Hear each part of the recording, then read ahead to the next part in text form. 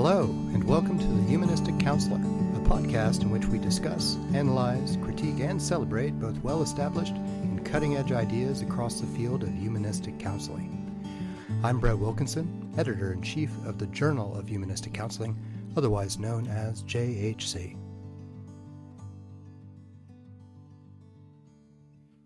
I'd like to welcome Dr. James Hansen, Professor of Counseling at Oakland University. His primary scholarly interests are philosophical and theoretical issues in counseling and the critical examinations of contemporary mental health culture. Dr. Hansen has over 30 years of experience as a practitioner, supervisor, and consultant, has written multiple award-winning books, and has published over 50 articles in leading counseling journals. In today's interview, we'll discuss his 2017 JHC article entitled Psychological Suffering as Message or Malady, Ideological and Cultural Contributions of Humanism. Dr. Hansen, thank you for being with us today. Well, thank you for inviting me. In the article, you argue that there are two major approaches to psychological suffering in the counseling profession, message-based approaches and malady-based approaches. You suggest that this message versus malady issue underlies counseling theories and mental health culture, and that a lack of awareness about them is problematic for both individual counselors and the profession at large. To start, can you explain your perspective on the role that psychological suffering plays in defining the counseling profession, and how this dovetails with your cultural anthropological approach to examining the history of talk therapy? Yes. First, before talking about suffering, it's important to consider, have talk therapies made progress over the course of the last century? And my judgment about the answer to that question is that we've made tremendous ethical progress in terms of patient rights, ethical codes, and attention to diversity, but we've made very little progress in terms of outcomes. So let's contrast this to medicine, which has clearly made progress over the last century. Whole diseases have been eradicated. The average lifespan is decades longer than it was a century ago. But talk therapy, again, has certainly made ethical progress, but has not progressively achieved better outcomes like medicine. And here's why I argue that point. None of the mental health categories have been eradicated, like polio and medicine. In fact, the rate of mental health problems is currently much higher than in prior eras. This isn't what you would expect from a profession that was getting progressively better at what it's doing. Another reason I hold this opinion is because meta-analysis of psychotherapy outcome studies over the last 40 years indicates that all therapies work about the same. There's some exceptions to this rule, but the equivalency finding is the most prevalent finding in the psychotherapy outcome research. Added to that, less than 1% of the variance in outcomes is attributed to techniques, less than 1%. So with those facts, it's untenable to hold the idea that therapeutic innovations drive change. They really don't. They all work about the same, and innovations usually involve techniques which account for such a minuscule proportion of the variance. It's hard to see how therapeutic innovations are causing great changes in the profession. Again, talk therapy is certainly helpful. We know this from the research, but it really hasn't been progressive in terms of outcomes like medicine has. Okay, and I'm leading up to suffering here, Brett. So when considering the history of the talk therapy professions and looking at shifts in the field, we can't really say those shifts are because of progress we've made. Again, let's contrast that to medicine. Medicine has undergone huge shifts in the last couple centuries, and they were the direct result of progress. For example, hand washing and anesthesia in the 19th century led to new types of medicine, and antibiotics and vaccines, we could add a lot more to that list, all created giant shifts in medicine.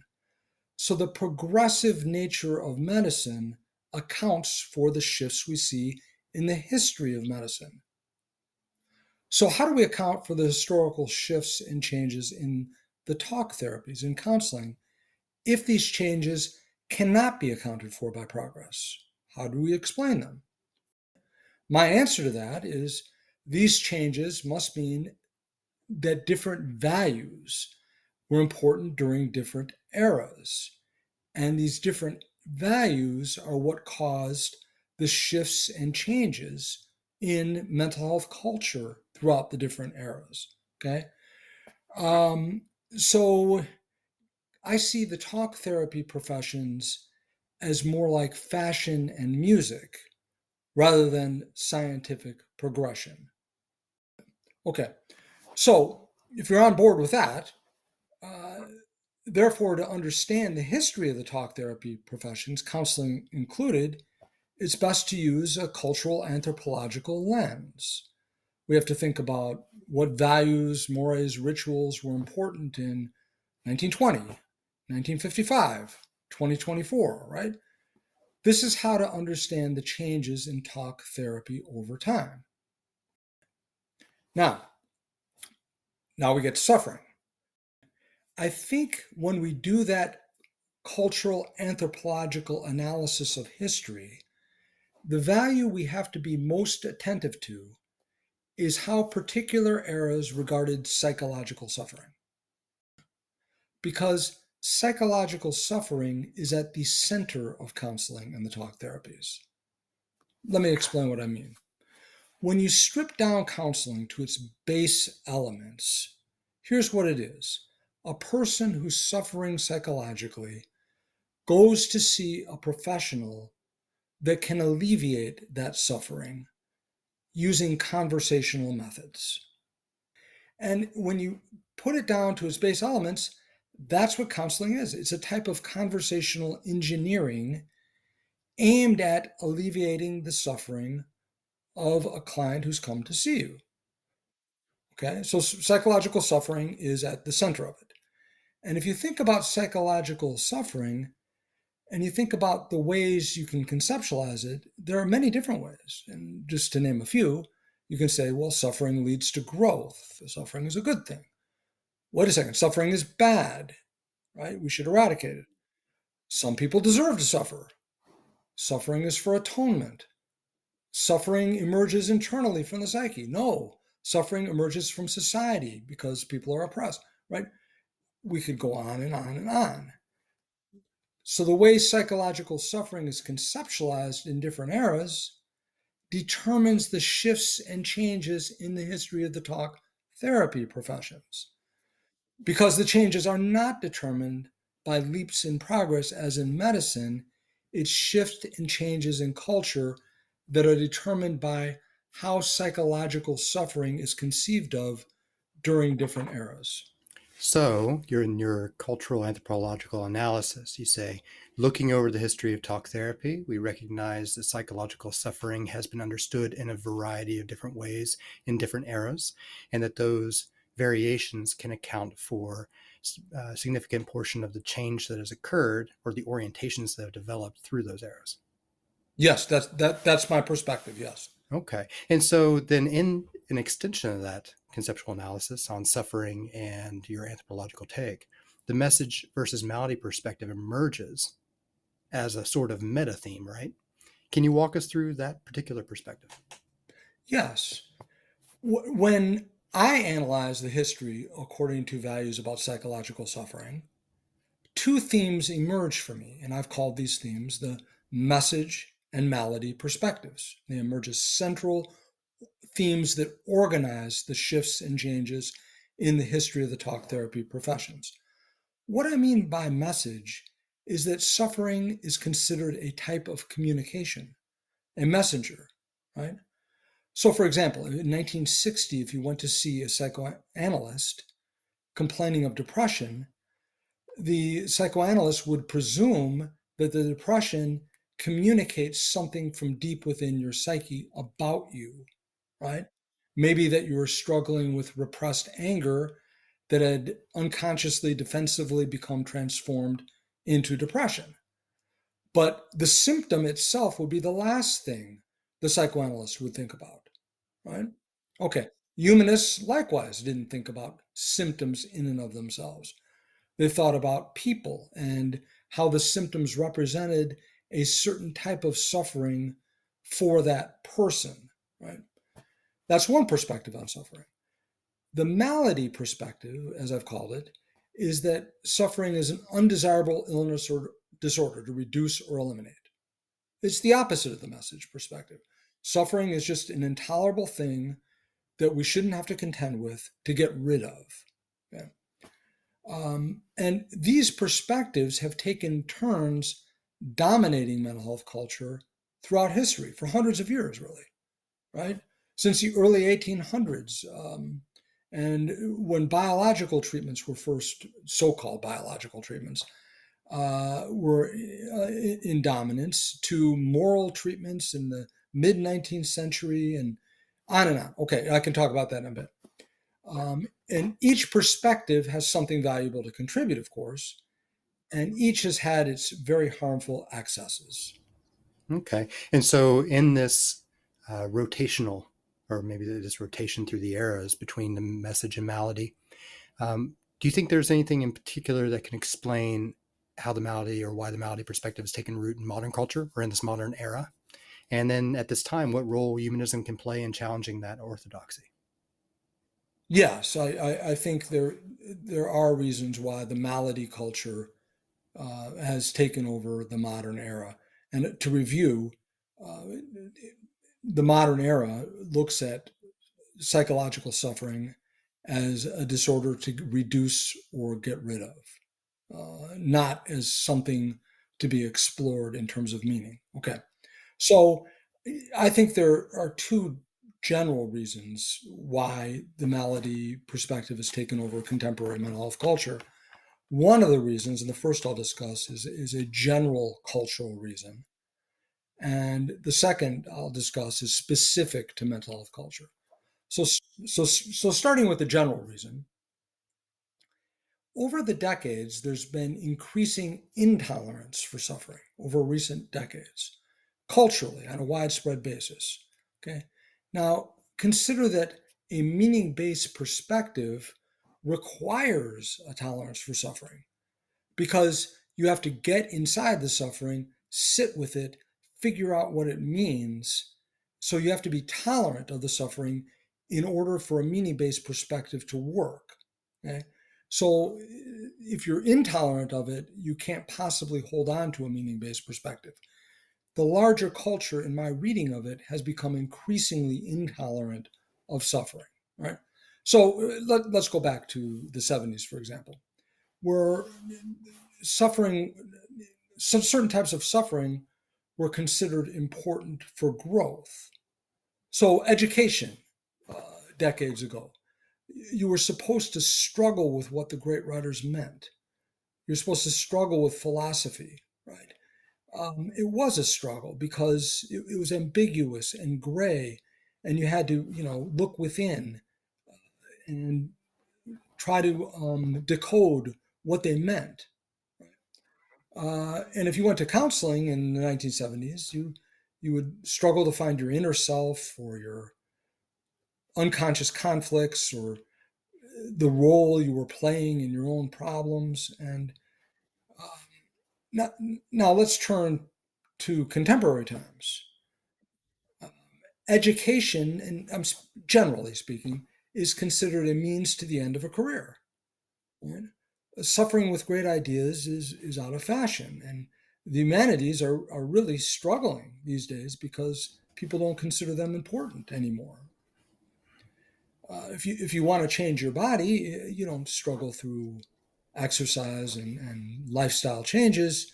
There's medicine and plastic surgery that can get you a more immediate result and avoid the suffering.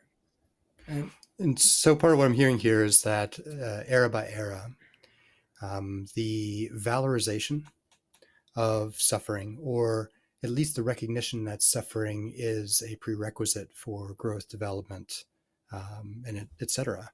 Um, in that sort of mind space, cultural mind space, humanism and other forms of therapy that support self examination in a meaningful way rather than the elimination of symptoms and looking at messages as the suffering as a message coming through, those things are valorized in a different way than they are currently. Would this be right? Exactly right. It's not valorized at all, I don't think, currently, um, or very little. Suffering is even in counseling, right? This is reflected in counseling. Counseling today, a sufferer comes in, and the counselor finds the name of the suffering in a book of suffering called the DSM, and makes a plan called a treatment plan to eliminate or reduce the suffering. That's the whole point today, right? It has nothing to do with finding meaning. Now, I recognize that I'm making gross generalizations and that there are counselors who still operate from a meaning based perspective, but I'm talking in terms of cultural generalities. Okay. That I think suffering is no longer valorized in the general culture. Okay. Now the second reason I think is specific to mental health. That I talked about the general culture. You asked why is a malady perspective taken hold these days, and I think that's one reason because we don't want to hold on to suffering long enough to find meaning in it, and that's the general cultural reason. But specific to mental health, I think we can also go back to the 1970s. During that time, the psychiatric profession was in a crisis, and the crisis was brought on by several factors. The anti psychiatry movement, led by people like Thomas Szasz, the homosexuality vote, which we think back was a really good thing, of course, but at the time when it was taken in 1973, the larger public quickly got the idea that psychiatrists diagnosed by vote, which is absurd for a scientific profession, right? You can't vote away diabetes, right? And the Rosenan study, which was done in 1973, where Rosenan and some of his students pretended to be psychotic, went to a hospital, were hospitalized psychiatrically, and acted totally normally, and none of them were spotted as fakers. Right? All these were just embarrassments to the psychiatric profession. So the leaders of psychiatry decided that what they needed to do to correct this was to develop a diagnostic manual that everyone would take seriously and remind everyone that psychiatry is a bona fide medical profession. So they had one, it was called the DSM, but no one took it seriously, and they wanted a diagnostic manual that people would take seriously. So they appointed Robert Spitzer to revise the old DSM, and he selected an interesting ideological base for it called descriptive psychiatry, uh, developed by Emil Kraepelin in the late 1800s. And descriptive psychiatry basically says just look at the symptoms and their course. That's what we should be doing. Just look at the symptoms and their course. This idea had fallen out of favor and it was eclipsed by the rise of psychoanalysis. Spitzer revised it and made the DSM 3 a symptom only guide, just lists of symptoms that were voted on by psychiatrists who met with him. And all subsequent DSMs are just symptom guides, they're lists of symptoms. So when symptoms became idealized in 1980 with the DSM 3, which took off like a rocket, it was an astounding success. This determined that we'd be in this symptoms are bad, let's eliminate them culture, right? A malady culture. And all of mental health culture just got on board with that in 1980 and beyond. And here we find ourselves today. And here we Yeah. find ourselves today. Yeah. And so, what do you think then? Going beyond the paper, just conjecture. If this is a rotational era-based movement, what do you think it will take in order to move back into a meaning-focused, message-focused perspective? I'm not sure. You see fits and starts of that. Things like motivational interviewing and the wellness movement, but they're never dominant. I think, and we're long overdue for a turn if you look at past eras back to meaning based. I think what's different about this era is one of the things is the pharmaceutical industry, which spends billions of dollars keeping the pendulum glued to the malady based side because that's how they profit. And I'm somewhat of a fan of the industry, of course. I mean, medication can be very helpful, but I think that just the billions of dollars they pour into the sickness model, it's different in this era than it has been in the past. We're long overdue for a change, and because of that, I'm not sure when it might occur. Okay. Well, what do you see as the primary implication of this work, this message versus malady perspective, and its importance in terms of education, training, and the development of practitioners? If you believe talk therapy, let's say you believe talk therapy has been progressive, and you disagree with me, then you believe we now have the latest advances in the field in 2024. And in 2034, we'll be even more advanced, right? In 2044, and so on, right? So, as a practitioner, if you believe that, it's reasonable to follow the current guidelines about counseling because they're the latest ones, right? I reject this idea for reasons I mentioned previously. I don't think it has been progressive. Okay? Now, if you agree with me and you think of counseling as not progressive, determined by values that have shifted over time in different eras, particularly around suffering, then you conclude that we're simply in a current type of mental health culture that will shift and change over time. It's not inherently inferior or superior to other cultures, it is simply determined by the values of the era. This is a view I endorse, and currently, in my judgment, we're in a strong malady culture. Okay, so if you agree with me that we're just in a particular culture, the problem with operating within a culture is that you become so immersed that you don't critically think about the dictates of the culture you're in. Culture's like gravity or air. It's invisible and it's all around us, so we don't think about it. Now, when's the last time you thought about gravity? Fish would be the last to discover water, surrounded by it, right? So it's important to remember this point, and there's lots of examples of it historically. During the times of slavery, many people thought this was just normal and there was nothing wrong with it, right? They were immersed in a culture of slavery, right? They couldn't see outside of it. Okay, and that's an example from outside of the field, which history is just full of them, but from even inside our field. Okay, to give you a few examples, John Watson, the early 20th century behaviorist, okay? He wrote a book on childcare. They gave parents advice, and he said that parents should be relatively emotionally detached from their children. They should avoid hugging, kissing, or coddling them.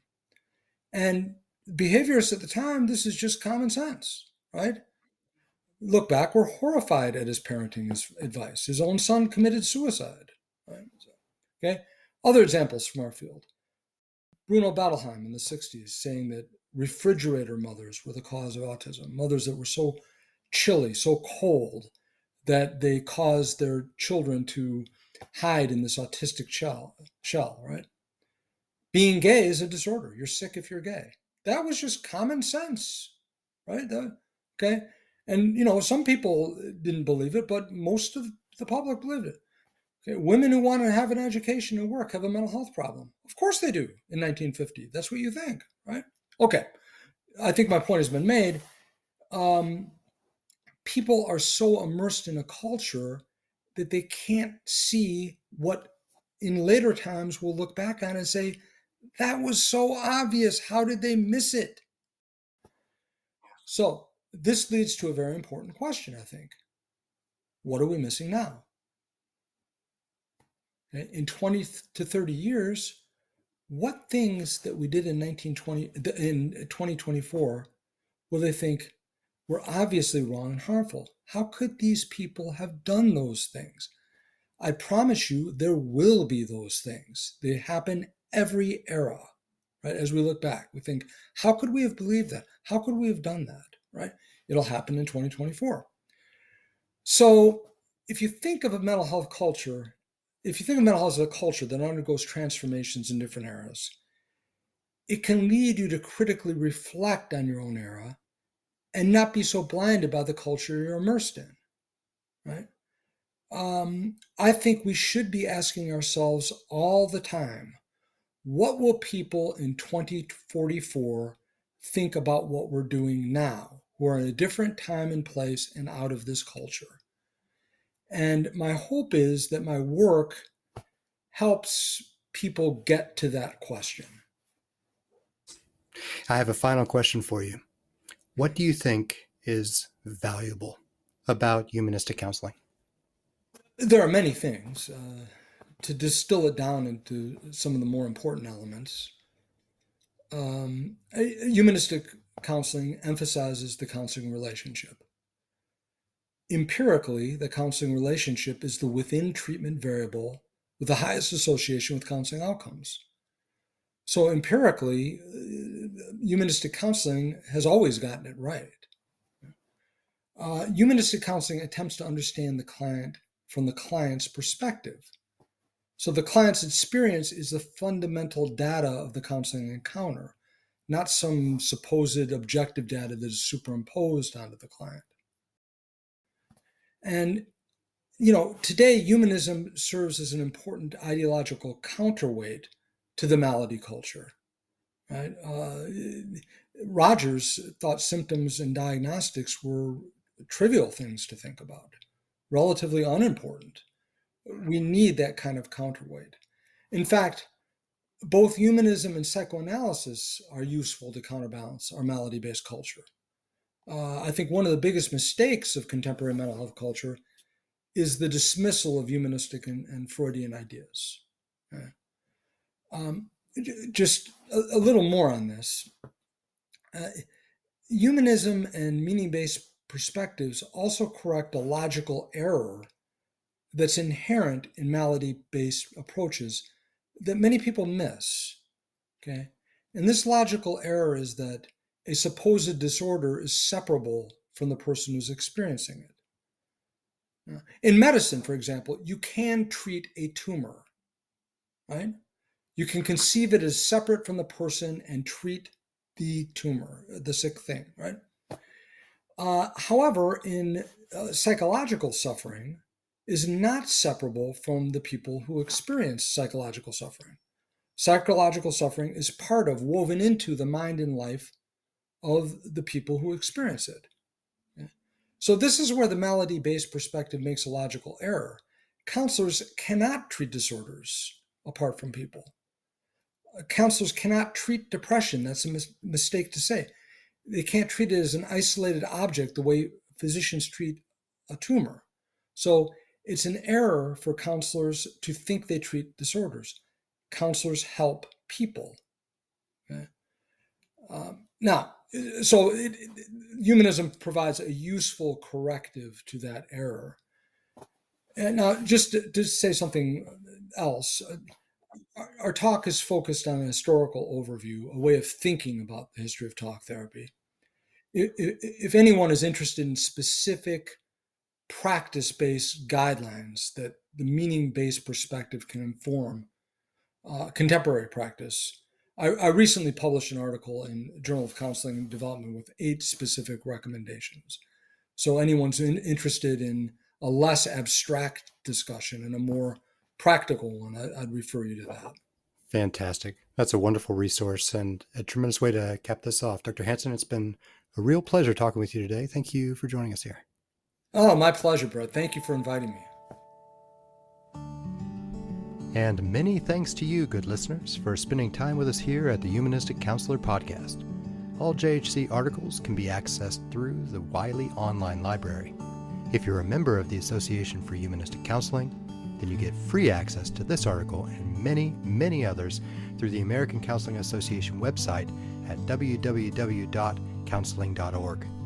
If you'd like to become a member of AHC, then we hope you'll visit our website at www.humanisticcounseling.org. Thank you, be well, and hope to see you here next time on the Humanistic Counselor Podcast.